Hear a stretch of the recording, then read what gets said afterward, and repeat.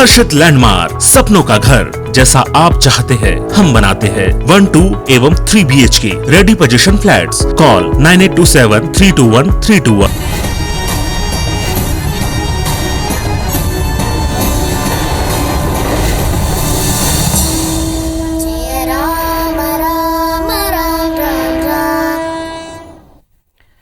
तो देश भर में विजयादशमी का पर्व पूरे उत्साह के साथ मनाया जा रहा है। रावण दहन की तैयारियां भी पूरी कर ली गई हैं। मध्य प्रदेश, छत्तीसगढ़ के भी कई शहरों में कोविड प्रोटोकॉल के तहत ये पर्व मनाया जा रहा है। तो खुशी का ये पर्व आज हर्षोल्लास के साथ मनाया जा रहा है। तो तस्वीरें अब हम आपको दिखा रहे हैं, क्योंकि पूरे देश के साथ साथ मध्य प्रदेश और छत्तीसगढ़ में भी दशहरे का ये पावन पर्व मनाया जाता है, जब रावण का वध किया जाता है, रावण को जलाया जाता है और सत्य की जीत का ये पर्व होता है। प्रशासन ने इसके लिए सुरक्षा के पुख्ता इंतजाम किए हैं। तस्वीरें इस वक्त हम आपको दिखा रहे हैं WRS कॉलोनी की, जहां पर CM भूपेश बघेल पहुंचे हुए हैं। तो WRS कॉलोनी में कई सालों से दशहरे के पर्व का आयोजन किया जाता रहा है।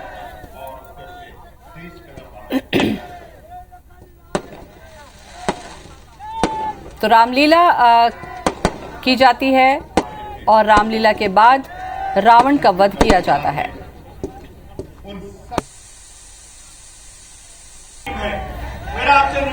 तो देश भर में मनाया जा रहा है दशहरे का पर्व। रावण दहन की तैयारियां पूरी हो चुकी हैं।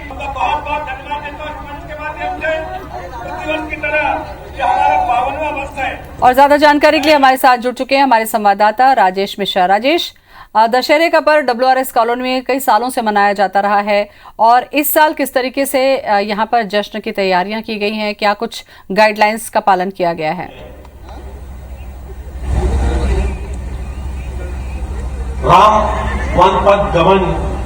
देखिए, कोरोना गाइडलाइन के अनुसार यहाँ पर पूरी तैयारी की गई है। मुख्यमंत्री भूपेश बघेल यहाँ पर सपरिवार पहुंचे हैं। मंच में आप मेरे ठीक पीछे मंच देख रहे होंगे। भूपेश बघेल अपनी पत्नी के साथ यहाँ पर पहुंचे हैं और आयोजन के जो प्रमुख हैं कुलदीप जुनेजा, वो उनके साथ में है। मेहर एजाज ढेबर यहाँ पर मौजूद है, किरणमयी नायक मौजूद है। और काफी पुराना इतिहास रहा है WRS कॉलोनी का। छत्तीसगढ़ का एक भव्य दशहरा उत्सव के नाम से यहाँ पर जाना जाता है, मगर कोरोना की वजह से इस बार रावण की हाइट भी है वो कम कर दी गई। 51 फुट का रावण बनाया गया है। मेघनाथ कुंभकर्ण के जो आदमकद प्रतिमाएं बनाई जाती थी, वो इस बार उसको कैंसिल कर दिया गया है। आतिशबाजी भी स्थानीय की गई है। कुछ देर बाद यहाँ पर आतिशबाजी भी शुरू होगी। मुख्यमंत्री भूपेश बघेल अपनी पत्नी के साथ यहाँ पर पहुंचे थे और पहुंचे हुए हैं। और सबसे पहले उन्होंने उतरकर रामलीला जो मंडली होती है, रावण और हनुमान जो बनकर यहाँ पर आए हैं, उन मंडली के सदस्यों का उन्होंने स्वागत किया है। और अब स्वागत समारोह यहाँ पर चल रहा है। और स्वागत आयोजन समिति के जो सदस्य, उन्होंने मुख्यमंत्री को एक तलवार भी यहाँ पर भेंट की है।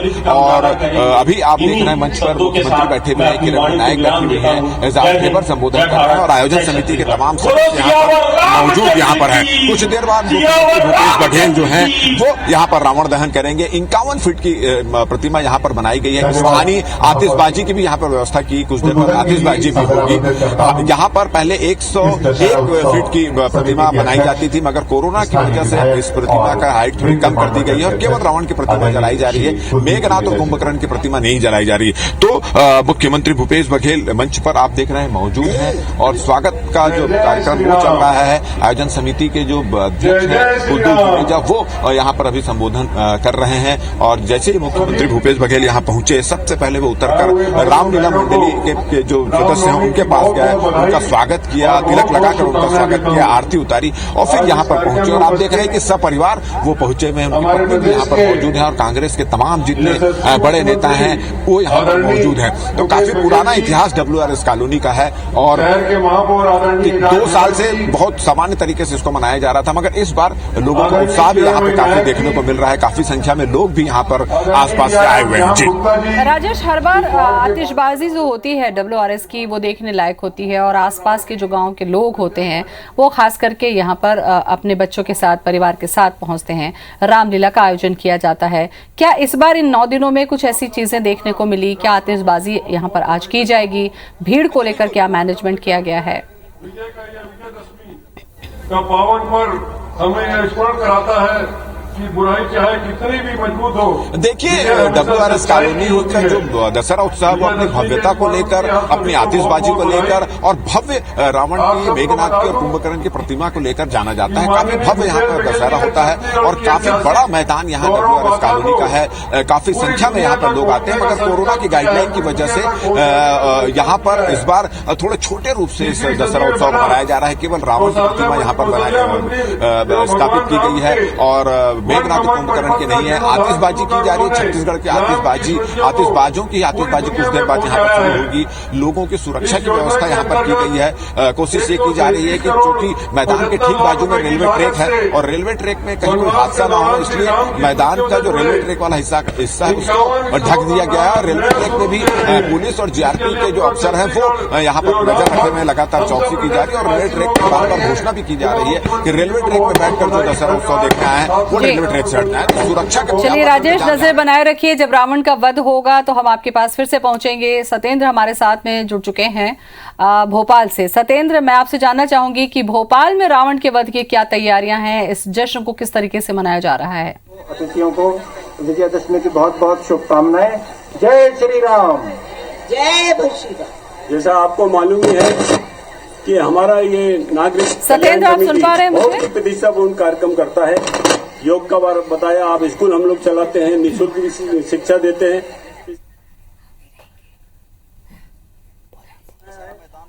तो मैं अब निवेदन करूंगा, एकमात्र हमारे बीच जो मंत्री हैं कांग्रेस के पीसी शर्मा और उनके साथ में एकमात्र बीजेपी हम सम्मान कर रहे हैं, सिर्फ एकमात्र हमारे दादा हैं, यहाँ पर तस्वीरों के माध्यम से और वो हमेशा दशहरे पे आते हैं। अभी आश्वस्त है यहाँ पर दादा कैलाशपंत जी का हम लोग सम्मान लगाए गए।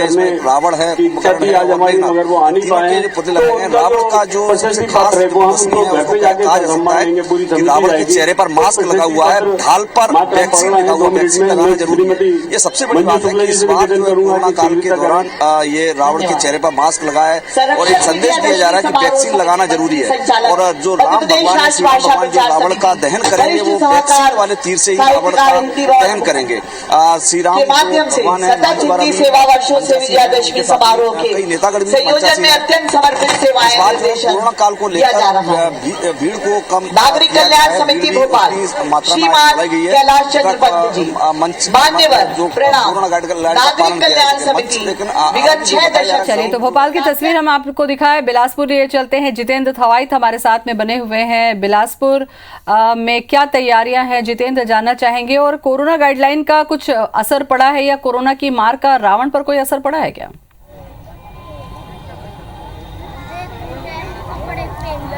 देखिए, निश्चित तौर पर कोरोना की मार का रावण पर भी असर पड़ा है और आज का जो विजयादशमी का जो पर्व है उस पर भी यहाँ पर बड़ा असर पड़ा है। दरअसल बिलासपुर में जो प्रमुख आयोजन रावण दहन के होने थे वो नहीं हो रहे हैं, क्योंकि बिलासपुर में कई वर्षों से लगातार पुलिस ग्राउंड में, रेलवे ग्राउंड में और पुराने बस स्टैंड में रावण दहन का कार्यक्रम होता था। प्रशासन की तरफ से ये आयोजन किया जाता था, लेकिन इस बार चूंकि देर से गाइडलाइन भी जारी हुआ है, इसकी वजह से जो दूसरे जगह रावण दहन होने हैं वो भी कम हुए हैं और जो प्रमुख आयोजन है वो इस बार नहीं हो रहे हैं।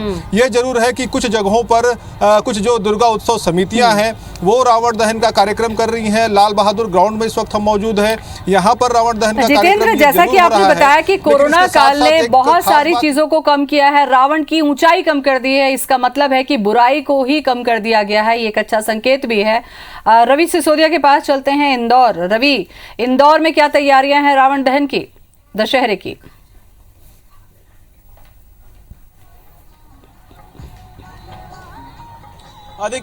जी बिल्कुल, देखिए इस बार जो सोशल मैसेज देने का एक रावण दहन समिति के द्वारा एक माध्यम जो किया गया है, इसको लेकर आपको बताना चाहेंगे कि इंदौर के छावनी मैदान पर इस वक्त हम लोग मौजूद हैं और पहले आपको जो रावण यहाँ पर बनाया गया है उसकी हाइट जरूर इस बार कम की गई है, क्योंकि हर बार 51 फीट से ज्यादा का जो रावण है वो यहाँ पर बनाया जाता है, लेकिन इस बार उसकी हाइट कम की गई है।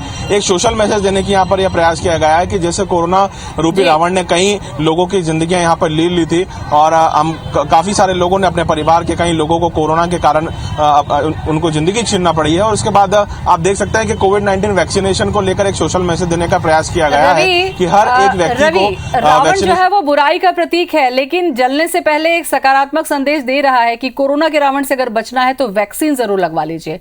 जबलपुर से अभिषेक हमारे साथ में जुड़ चुके हैं। संस्कारधानी क्या तैयारी कर रही है रावण दहन की, अभिषेक?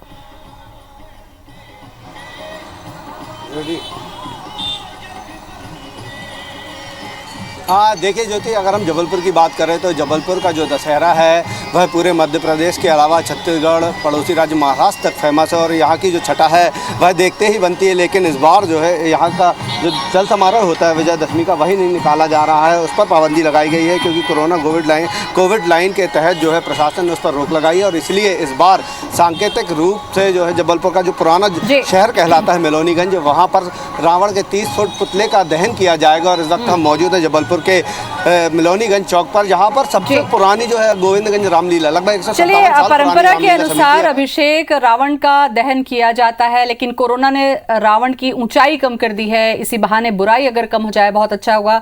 सत्येंद्र शुक्रिया, अभिषेक बहुत बहुत धन्यवाद आपका। रवि, जितेंद्र, सभी का बहुत बहुत धन्यवाद। तस्वीरें इस वक्त हम आपको दिखा रहे हैं राजधानी रायपुर के WRS कॉलोनी की, जहां पर सीएम पहुंचे हुए हैं रावण दहन के कार्यक्रम में शामिल होने के लिए।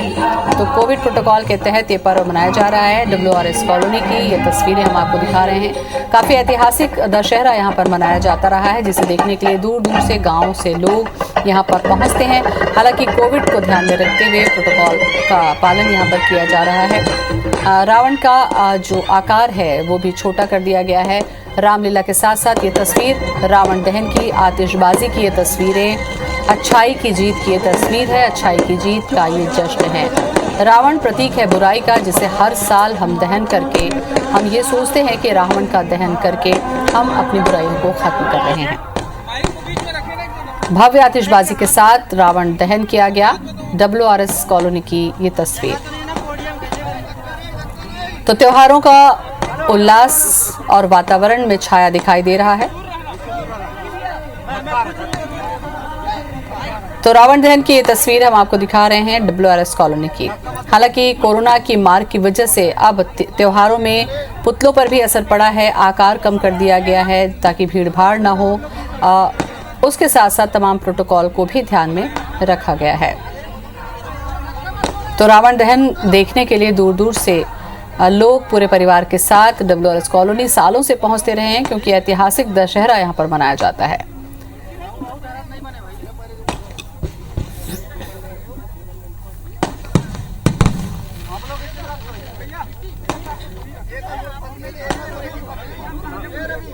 तो विजयादशमी का ये पर्व नवरात्र के 9 दिन माता के उत्साह के बाद मनाया जाता है, जिस दिन रावण दहन किया जाता है। तो बुराई पर अच्छाई की जीत के जश्न की ये तस्वीर हम आपको दिखा रहे हैं WRS कॉलोनी रायपुर से।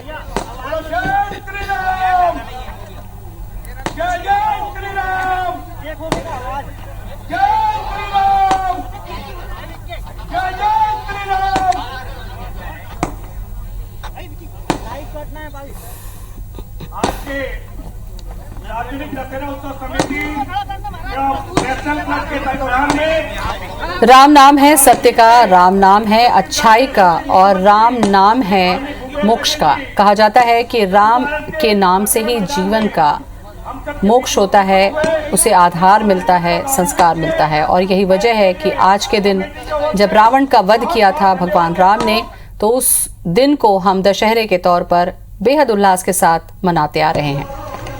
और ये परंपरा सदियों से चली आ रही है। कोरोना के वजह से भी इसे बंद नहीं किया गया। ये बात और है कि इस महामारी के दौरान प्रोटोकॉल निर्धारित किया गया है, गाइडलाइन बनाई गई हैं ताकि लोग महामारी से भी बचे रहें और हमारी परंपरा भी जीवित रहे। तो आतिशबाजी की ये तस्वीरें खुशियों को बयां करती हैं। हर्षोल्लास का एक वातावरण त्योहार के आने से छा जाता है और लोग अपनी सारी तकलीफें, दुख दर्द भुलाकर इन परंपराओं के जरिए खुद को खुश और हर्षोल्लास का एक मौका देते हैं। तो ये विजयादशमी की तस्वीरें रावण दहन की। तो दशमी तिथि है और विजय का ये पर्व है।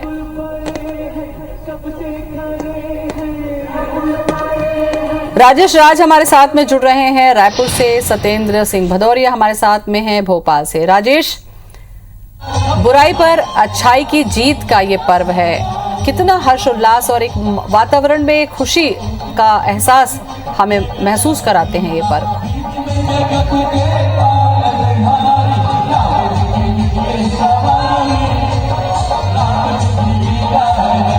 जी बिल्कुल, देखिए हम मौजूद हैं अभी रायपुर के रावण भाटा मैदान पर और रायपुर शहर का सबसे ऐतिहासिक ये रावण दहन की जगह है। पीछे आप देखेंगे जो एक स्थायी मूर्ति बनी है रावण की। कहते हैं कि छत्तीसगढ़ में सबसे पहले अगर कहीं रावण की प्रतिमा बनाई गई तो ये यहीं पे है। और दूधाधारी मठ जो काफी प्रसिद्ध है छत्तीसगढ़ का, उसकी समिति की देखरेख में करीब 150 साल पहले यहाँ रावण वध का कार्यक्रम शुरू हुआ था और तब से रावण वध ही होता था। लेकिन जैसे जैसे वक्त बदला, रावण दहन का कार्यक्रम शुरू होने लगा।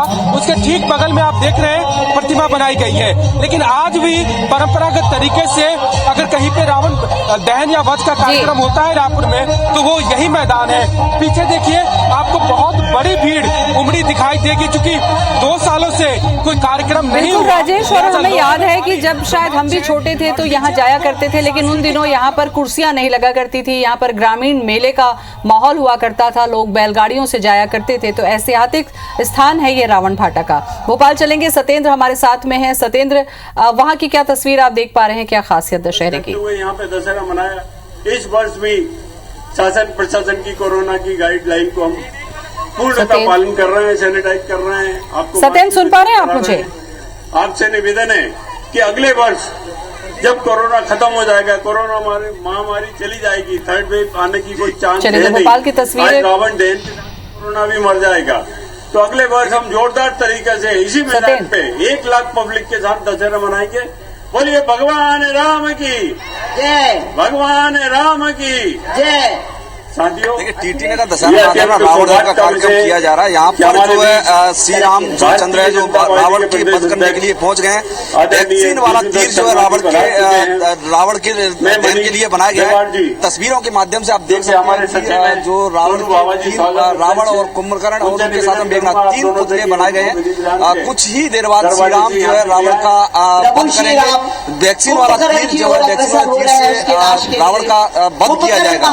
तो आंगन में देख सकते हैं कि जो लोगों में उत्साह है, लोगों की भीड़ है, या पानी में भरा हुआ है। कोविड गाइडलाइन को देखते हुए इसका पालन कराने के लिए अभी बुराई का अंत होने में थोड़ा वक्त है, यानी कि अभी रावण के दहन में थोड़ा सा वक्त है। ये बात और है कि रावण दहन होने से पहले मास्क लगाकर कोरोना के प्रति जागरूक करने की कोशिश भी कर रहा है। शुक्रिया आपका सत्येंद्र, जानकारी के लिए। राजेश, आपका भी बहुत बहुत धन्यवाद।